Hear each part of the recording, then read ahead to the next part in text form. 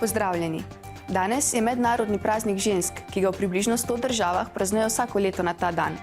Gre za praznovanje ekonomske, politične in socialne enakopravnosti in dosežkov žensk. Praznujejo pa ga predvsem v bivših komunističnih in socialističnih državah. Prvič so ga praznovali leta 1911 v Avstriji, Nemčiji in Švici ter na Danskem, takrat še 19. marca. Tudi v Sloveniji so ga praznovali in ne boste verjeli, da ravno v Trbovljah. V državah sovjetskega bloka se dan delovnih žena v komunizmu praznoval 8. marca in je vedno imel velik pomen. V zadnjih desetletjih se tudi v drugih državah uveljavlja praznovanje 8. in ne več 19. marca. Nocojšnji poudarki, odgovor direkcije o popoplavni sanaciji, nov večji projekt v Hrastniku, omizje o slovenskem kmetijstvu.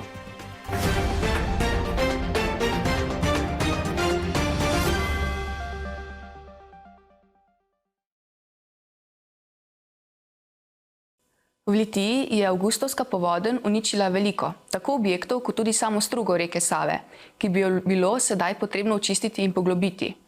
Občina je prejela odgovor direkcije za vode, odziv župana pa si oglejte v prispevku.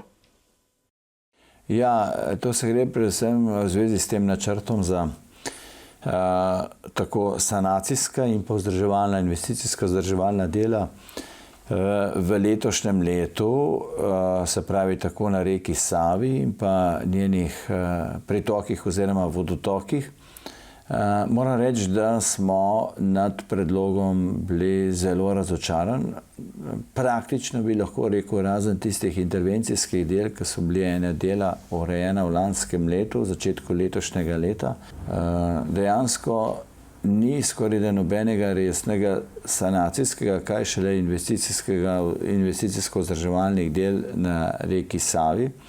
Niti ne tukaj v mestu Litija, recimo obnova poškodovanega opornega zida tukaj v Podkraju na desnem bregu ali na levem bregu, kjer gre za tako imenovano spodjedo pri opornih zidovih, ki je tu treba ustrezno, se pravi, učvrstiti, se pravi stabilizirati, in pa potem seveda drugih ukrepov. Še zlasti se nam zdi neumestno, da ni predvidenih ukrepov za intenzivno čiščenje vsega nanešenega drevja, podrtega drevja v porečju reke Save. Zdaj mimogrede tisto, kar je v lasti občine in še neke aktivnosti, ki jih zdaj poskušamo spodbuditi kar z lastniki, z določenimi kmeti, ki izražajo pripravljenost, da bi počistili določena območja. Pa seveda tam, ker ni občina lastnik, poskušamo pridobiti soglasja pristojnih drugih lastnikov, ali je to SiDG, ali je to kakšen drug državna oziroma paradržavna inštitucija, ki dejansko gospodari za določenimi nepremičninami, ki so v lasti Republike Slovenije.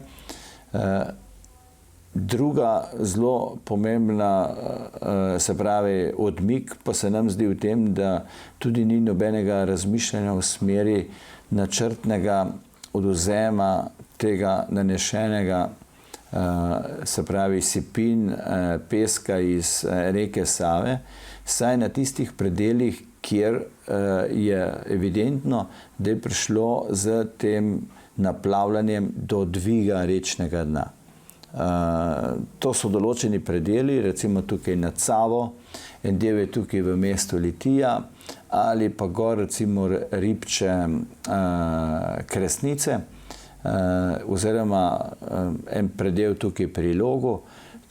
Tukaj so recimo očitne lokacije, ki se vidijo, da je prišlo do dviga rečnega dna zaradi nanosa teh sipin in ki seveda o poplavah povzročajo večje razlivanje reke Save, kot bi bilo sicer.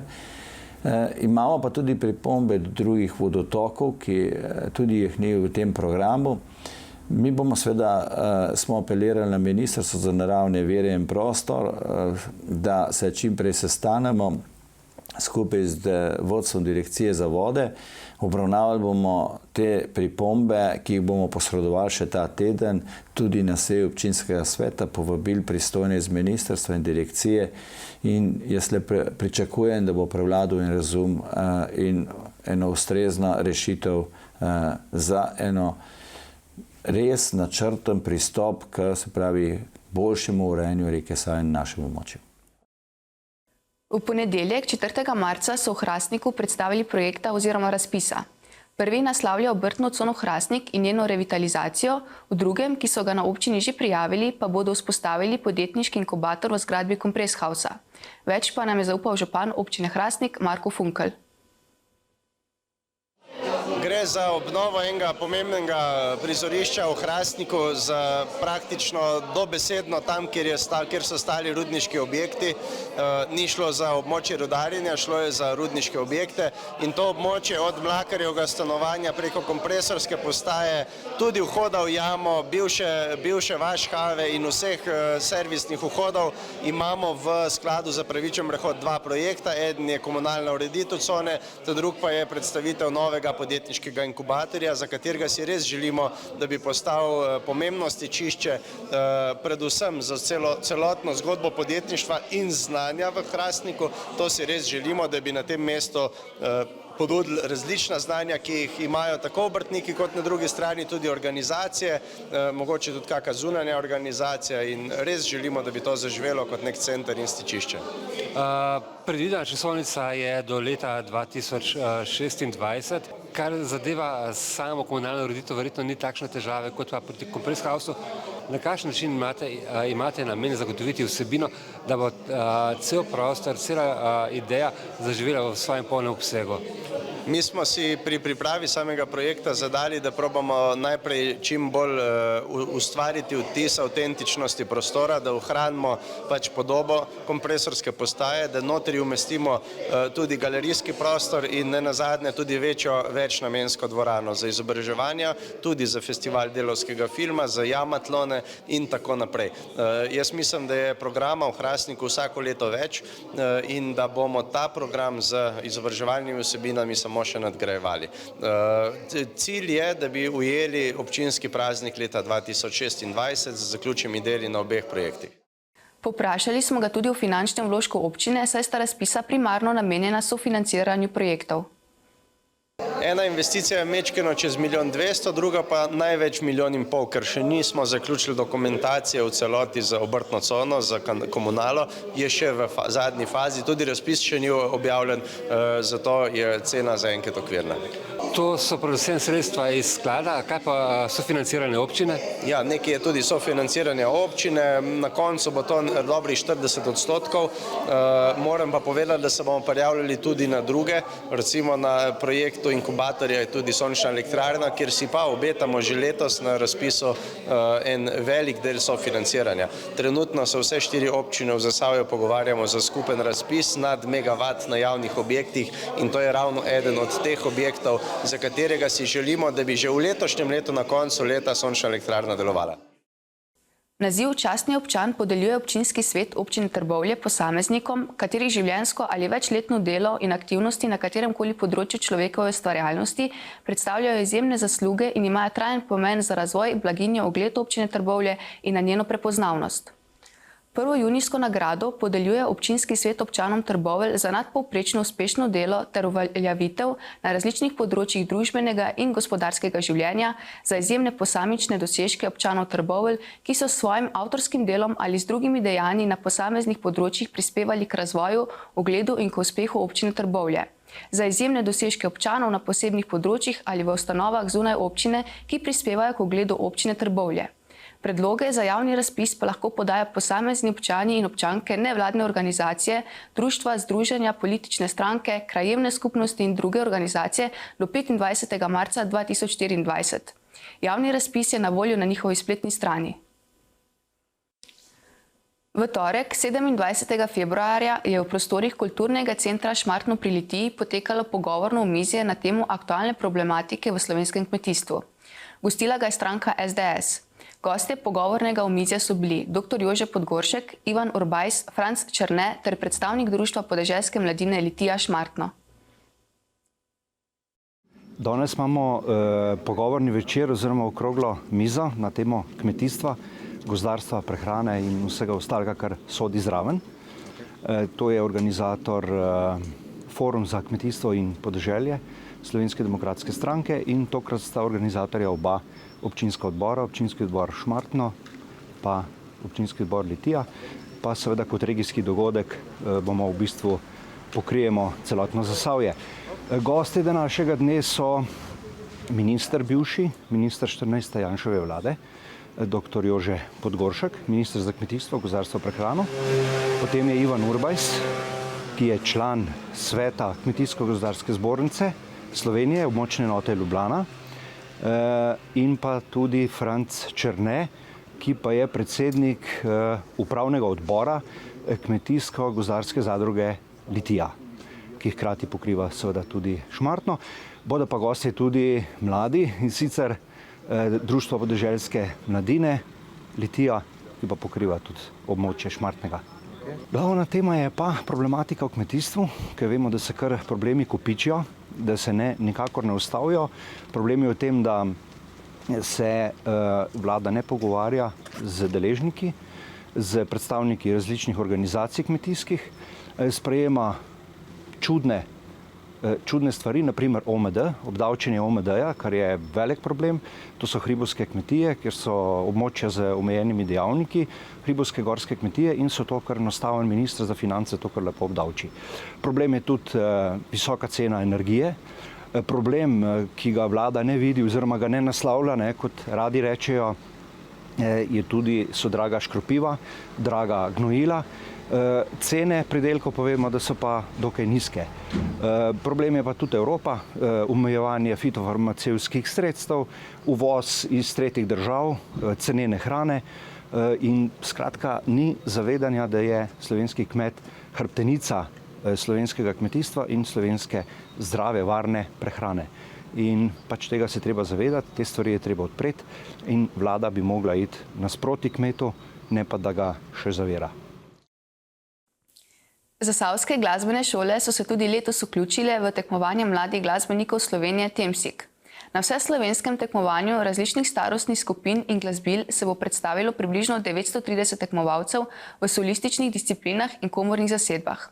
Skupno bo več kot 700 tekmovalnih nastopov. Letošnje tekmovanje sicer geografsko poteka v Ljubljani, njeni okolici in v Zasavju. Konkretno v Cerknici, Domžalah, Hrastniku, Kamniku, Litiji, Ljubljani, Logatcu, Trbovljah, Zagorju in na Vrhniki. In sicer od 4. do 22. marca. V Zasavju glasbene tekmovalce gostijo v tem tednu. Naša televizija je v sredo obiskala glasbeno šolo Trbovlje. V zaodrje smo pokukali, kaj počno in kakšno je vzdušje. O samem tekmovanju v Zasavju pa smo na kratko vprašali tamkajšnjo ravnateljico.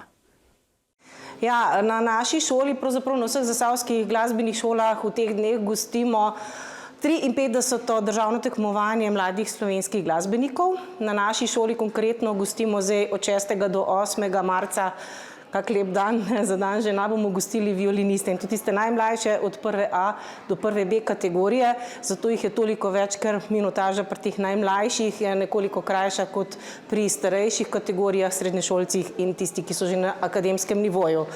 V Zagorju gostijo harfe, v Litiji gostijo komorne skupine s harmoniko, v Hrastniku gostijo citre in kontrabasno, pri nas smo pa pristali na violinah, zato ker enostavno naša dvorana je res zelo akustična in tudi prostorsko zmoremo pač po učilnicah porazporediti toliko otrok, kolikor jih pride iz cele Slovenije.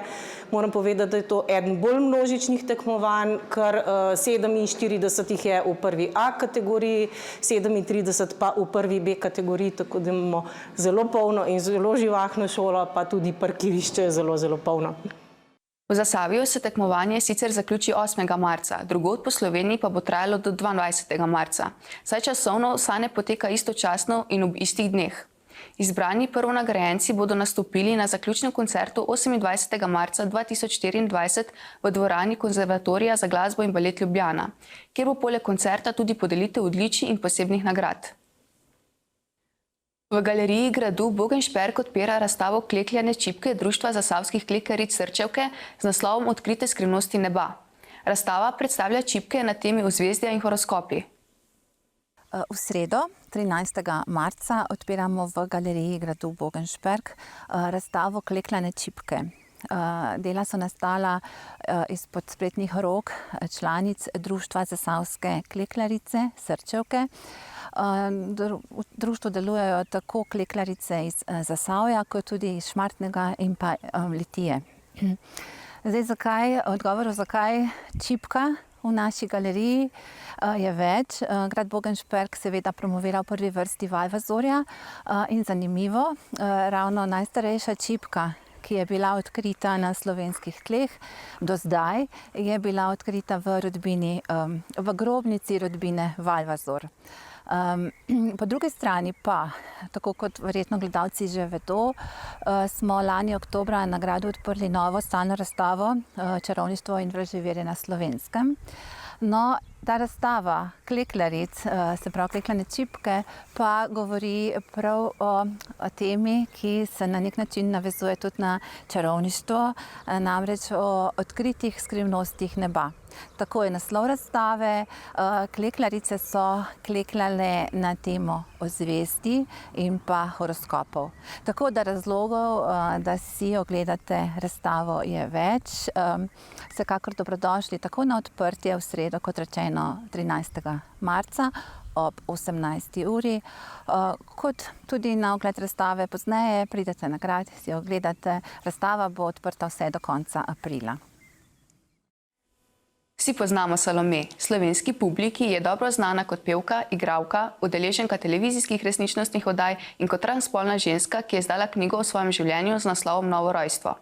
Salome je za goste petkovega večera 1. marca v Kulturnem centru Litija pripravila avtorski stand-up, poln glamurja, smeha, glasbe in komičnih dogodkov iz njenega življenja. Navdih je prišel, mislim, navdih. Celo življenje že je moja želja bilo gledališče. Sem začela v Špas teatru z glasbeno komedijo Menopauza in pol sem dobila izkušnje in sem rekla, zakaj ne bi naredila moje življenje pestro in veliko smešnih, žalostnih zgodb. Pa sem rekla, zakaj ne bi dala življenje in Nenada, moj prvi spol, na oder. Tematika zdaj ne gre se samo za spremembo spola, da se razumemo, gre se za celo moje življenje, otroštvo kot mali Nenad, že od 2 leti naprej. Potem je tle vojska, Jugoslavenska narodna mornarica, so tudi zmenki, plastična kirurgija, tako da različne teme so. Tako da v moji predstavi se lahko najde vsak. Zdaj bojo ljudje rekli, najdejo se vsi. Moja publika zna jokati na koncu, tako da veliko se smejimo in predvsem sem vesela, ker zabavljam slovensko publiko po celi naši lepi deželi. Danes je res dan vseh nas, žensk. Ne pozabimo pa, da je 10. marca dan, ko si pozorno zaslužijo naši mučeniki. Ekipa ETV vam želi lep preostanek večera, spremljajte pa nas spet v prihodnjem tednu. Lahko noč.